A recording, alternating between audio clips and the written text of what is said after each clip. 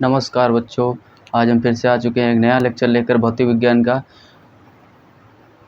इसमें हम लोग जानेंगे कि गति के समीकरण क्या होते हैं, कितने होते हैं, उस विषय में जानेंगे।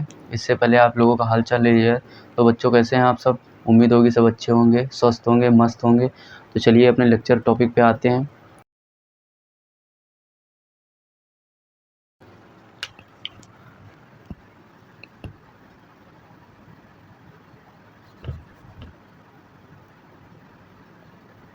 गति के समीकरण।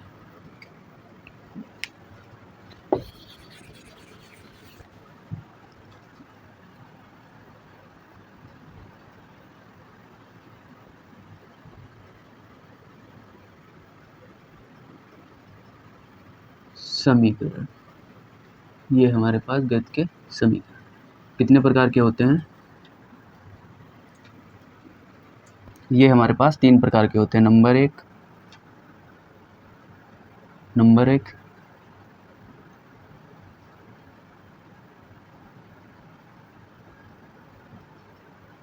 वेग समय समीकरण।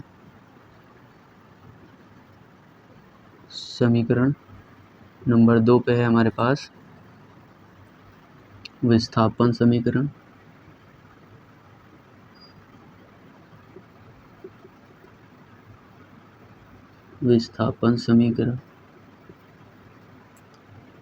नंबर 3 हमारे पास है वेग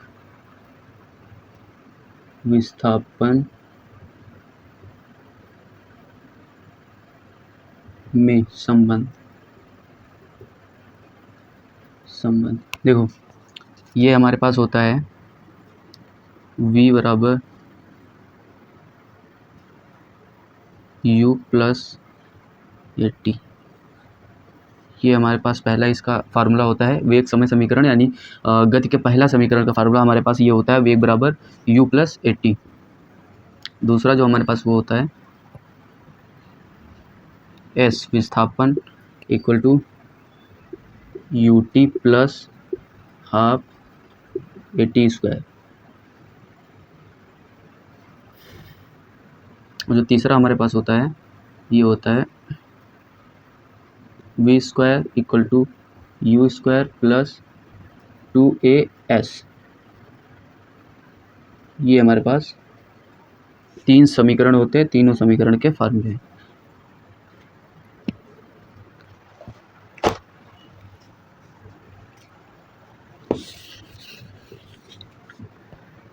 ये गति के हमारे पास समीकरण है। तो ये समीकरण एक नोट बना के लिख लो। नोट थोड़ा ऊपर लिखो।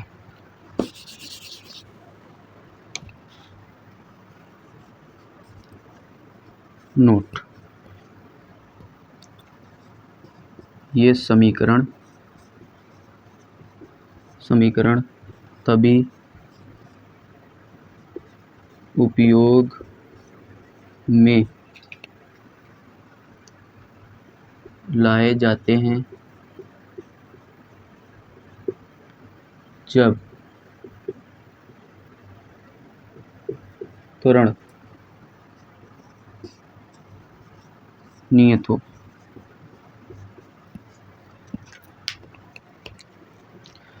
हमारे पास गति के 3 समीकरण होते हैं, वेग समय समीकरण, विस्थापन समीकरण, वेग विस्थापन में संबंध। v equal to u plus A t, s equal to u t plus half a t square, v square equal to u square plus 2as। ये हमारे पास तीनों समीकरण होते हैं और ये तभी उपयोग किए जा सकते हैं जब हमारे पास त्वरण नियत हो, तभी उपयोग किए जा सकते हैं। सबसे पहले हम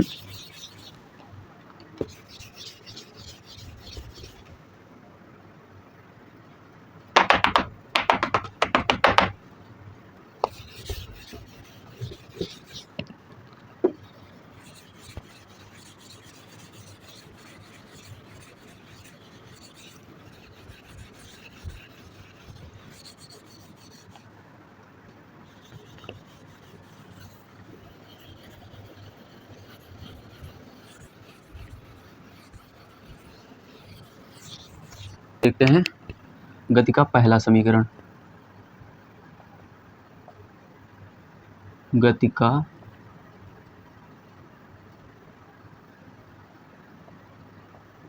पहला समीकरण या वेग समय समीकरण।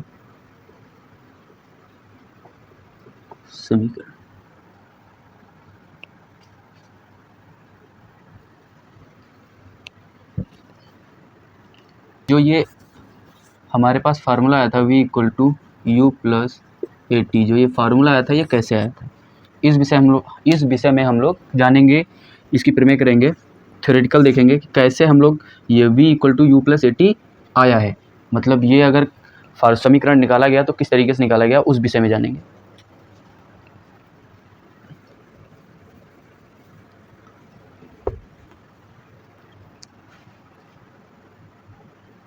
सबसे पहले हम लोग लेंगे त्वरण की परिभाषा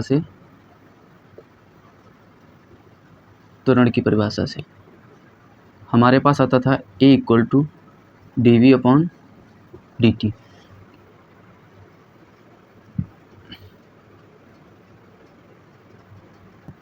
ये हमारे पास परिवर्ती वेग है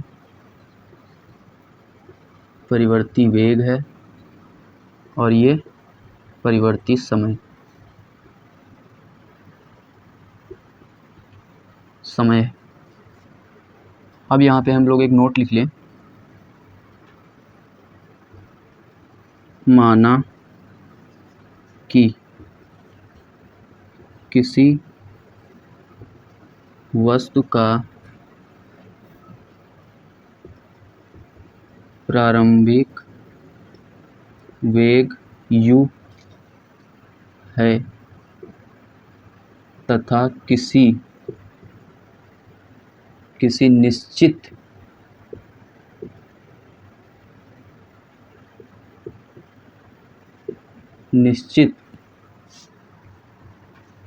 समय के बाद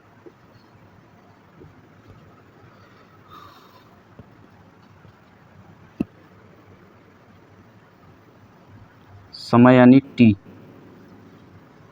किसी निश्चित समय t के बाद वेग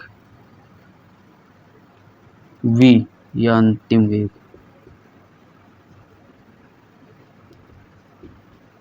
वेग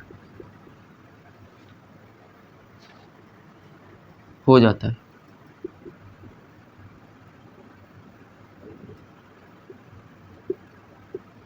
तब हमारे पास जो dv आएगा, जो हम वेग निकालेंगे, परिवर्ती वेग निकालेंगे, तो हमारे पास मतलब dv इक्वल टू प्रारंभिक वेग अंतिम वेग माइनस प्रारंभिक वेग, मानी v माइनस u, ये हमारे पास आएगा।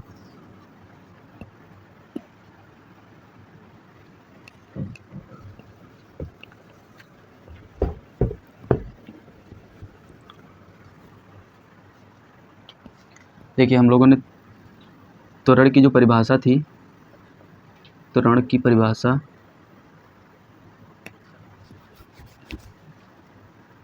परिभाषा से हमने लिया था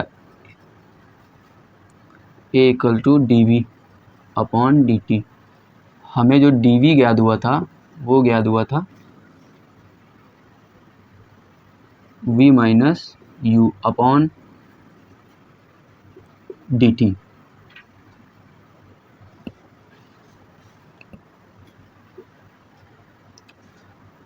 तो क्या हम यहाँ पर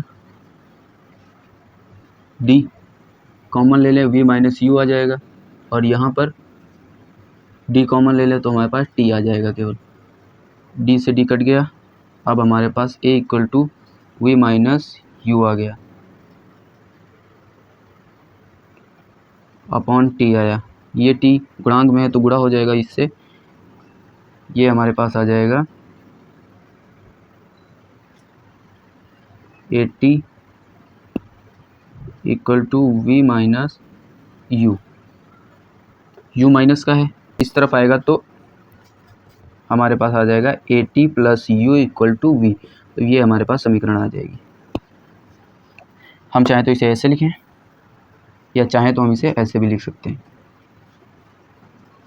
या हम इसे ऐसे भी लिख सकते हैं, v equal to u plus AT।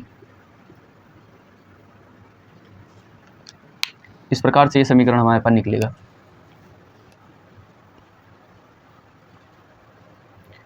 अब चलते हैं, हम इस पर एक उदाहरण कर लेते हैं। उदाहरण देखते हैं कैसे इस प्रकार आएंगे।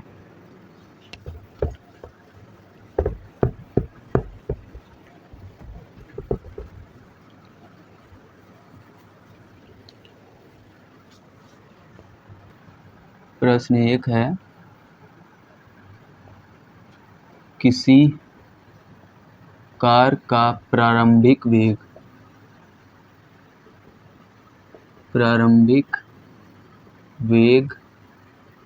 u इक्वल टू 5 मीटर प्रति सेकंड है। 5 मीटर प्रति सेकंड है।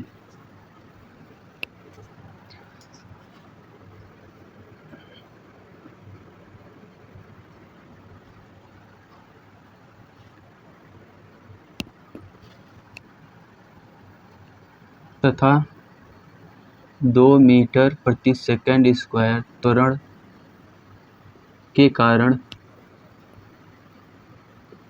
कारण यह 3 सेकंड के लिए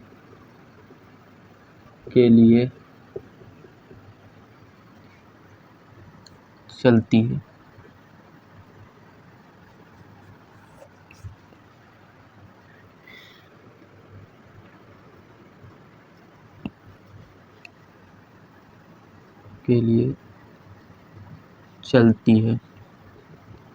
अंतिम वेग यानी v ज्ञात करना है। देखिए, जो हमें प्रारंभिक वेग हमारे पास होता है वो u होता है, जो हमारे पास 5 मीटर प्रति सेकंड स्क्वायर दिया गया है। ठीक है, त्वरण यानी कि a हमारे पास 2 मीटर प्रति सेकंड स्क्वायर दिया गया है। जो t समय दिया गया है वो 3 सेकंड दिया गया है। हमारे पास जो समीकरण है v equal to u plus AT, इस फॉर्म में समीकरण है, जिसमें हम फाइंड अप करेंगे। u हमारे पास है 5 प्लस जो त्वरण हमारे पास है वो है 2 मीटर प्रति second into 2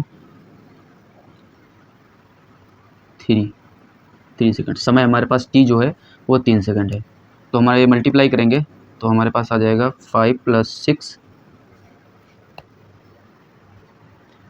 equal to 11 metre प्रति सेकंड। ये हमारे पास अंतिम वेग आ जाएगा।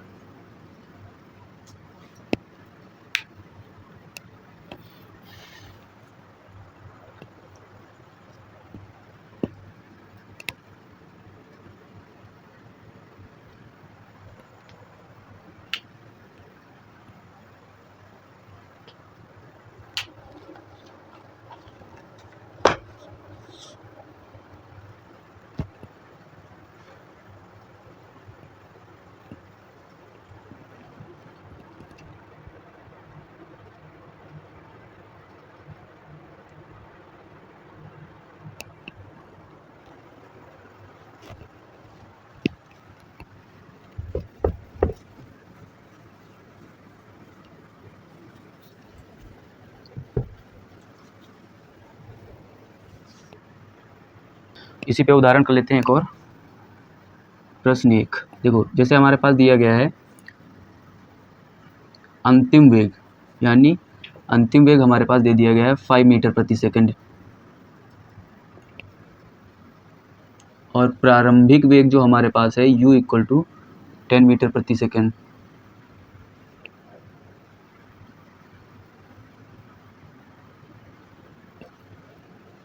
और जो हमारे पास समय दिया गया है t जो दिया गया है वो 4 सेकंड है। हमें फाइंड आउट करना है इसमें त्वरण। त्वरण ज्ञात करना है। देखो हमारे पास जो समीकरण रहती है वो रहती है u प्लस ए टी, ठीक है, ये हमारे पास समीकरण रहती है। लेकिन हमें ज्ञात करना है ए यहाँ पे गुणे में है, तो ए को छोड़ के बाकी सारी ये v के बटे में आ जाएगी, भाग में आ जाएगी।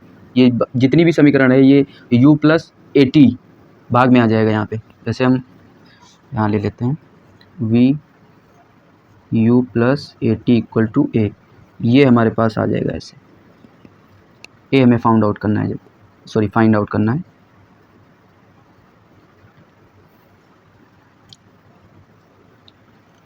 प्रारंभिक वेग हमारे पास अंतिम वेग हमारे पास 5 मीटर है, और जो प्रारंभिक वेग हमारे पास है वो है 10 मीटर प्लस सेकंड जो हमारे पास दिए गए हैं, टाइम दिया गया है 4 सेकंड है। हम इसे सॉल्व करेंगे तो 5 × 5 10 2, ये हमारे पास आ जाएगा।